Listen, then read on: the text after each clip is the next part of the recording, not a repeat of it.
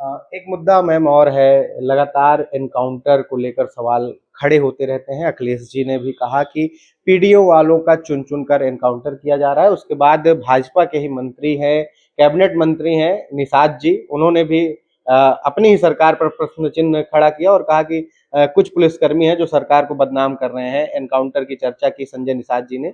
तो क्या आपको भी लगता है कि वाकई में पीडीए का एनकाउंटर हो रहा है? देखिए, पीडीए का एनकाउंटर तो हो ही रहा है और नंबर 1 पे अगर मुस्लिम समाज का एनकाउंटर हुआ है तो नंबर 2 पे ब्राह्मण समाज है और बड़ी संख्या में ब्राह्मणों का एनकाउंटर किया गया है सरकार में, पिछड़ों का एनकाउंटर किया गया है और हर उस व्यक्ति का एनकाउंटर किया गया है जिसका भारतीय जनता पार्टी से लेना देना ना रहा हो या भारतीय जनता पार्टी से कोई जान पहचान ना हो। अगर जितने भी भारतीय जनता पार्टी के गुंडे हैं और उन लोगों का ना कोई एनकाउंटर हुआ है, ना उनकी कोई संपत्तियों की जांच हुई, लेकिन जो आम लोग हैं जो फंसाए गए हैं उनका तत्काल एनकाउंटर भारतीय जनता पार्टी के सरकार में हुआ है। और संजय निषाद जी को आज ये बात समझ में आई है। लगातार हम फेक एनकाउंटर्स के खिलाफ ये बात कह रहे हैं कि फेक एनकाउंटर उत्तर प्रदेश में हो रहे हैं, जिसको जो चाह रहा है उठा करके मार दे रहा है।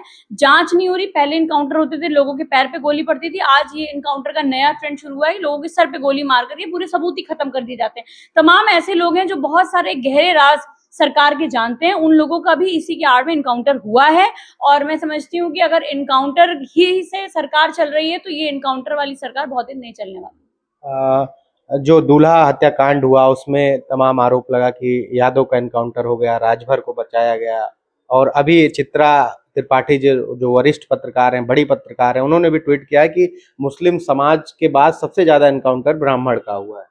चलिए, चित्रा जी को याद तो आया कि ब्राह्मण समाज का एनकाउंटर हो रहा है। नहीं तो लगातार नफरत की आग में जिस तरह से लोग इस चौथे स्तंभ को जला रहे हैं या एक बायस्ड होकर के रिपोर्टिंग कर रहे हैं, उस दौर में अगर उन्होंने ये बात कही है तो ये सच्चाई है। और ये हो भी रहा है कि ब्राह्मण समाज के लोगों को मारा जा रहा है, पीटा जा रहा है। और सिर्फ एनकाउंटर ही नहीं हो रहा। आप सोचिए, जो छोटे छोटे बटुक हैं, जो पूजा पाठ करते हैं, जो सनातनी है, उनकी जब चोटी घसीट करके उनको मारा गया, उसमें सरकार को शर्म नहीं आई, तो एनकाउंटर की तो बात ही छोड़ दीजिए। और मुझे लगता है कि आने वाले वक्त में ये जितने भी फर्जी एनकाउंटर हुए हैं, अगर इनकी जांच हो जाएगी तो पूरी भारतीय जनता पार्टी की सरकार और खुद मुख्यमंत्री इसमें जांच के घेरे में आएंगे, पहली बात।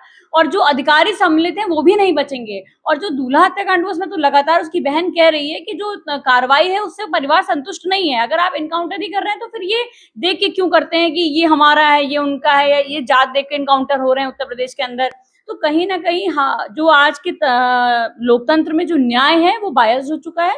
और मैं समझती हूँ कि एनकाउंटर करना कोई विकल्प नहीं है। आप एनकाउंटर तब करिए जब आपको अपराधी आपसे भाग रहा होना पड़े। जब आपने अपराधी को पकड़ लिया तो पुलिस की गिरफ्त इतनी कमजोर कैसी होती जा रही है कि अपराधी आपके हाथ में आने के बाद भाग जा रहा है और पैर में आप गोली नहीं मार रहे, सीधे सर में गोली मार दे रहे हैं।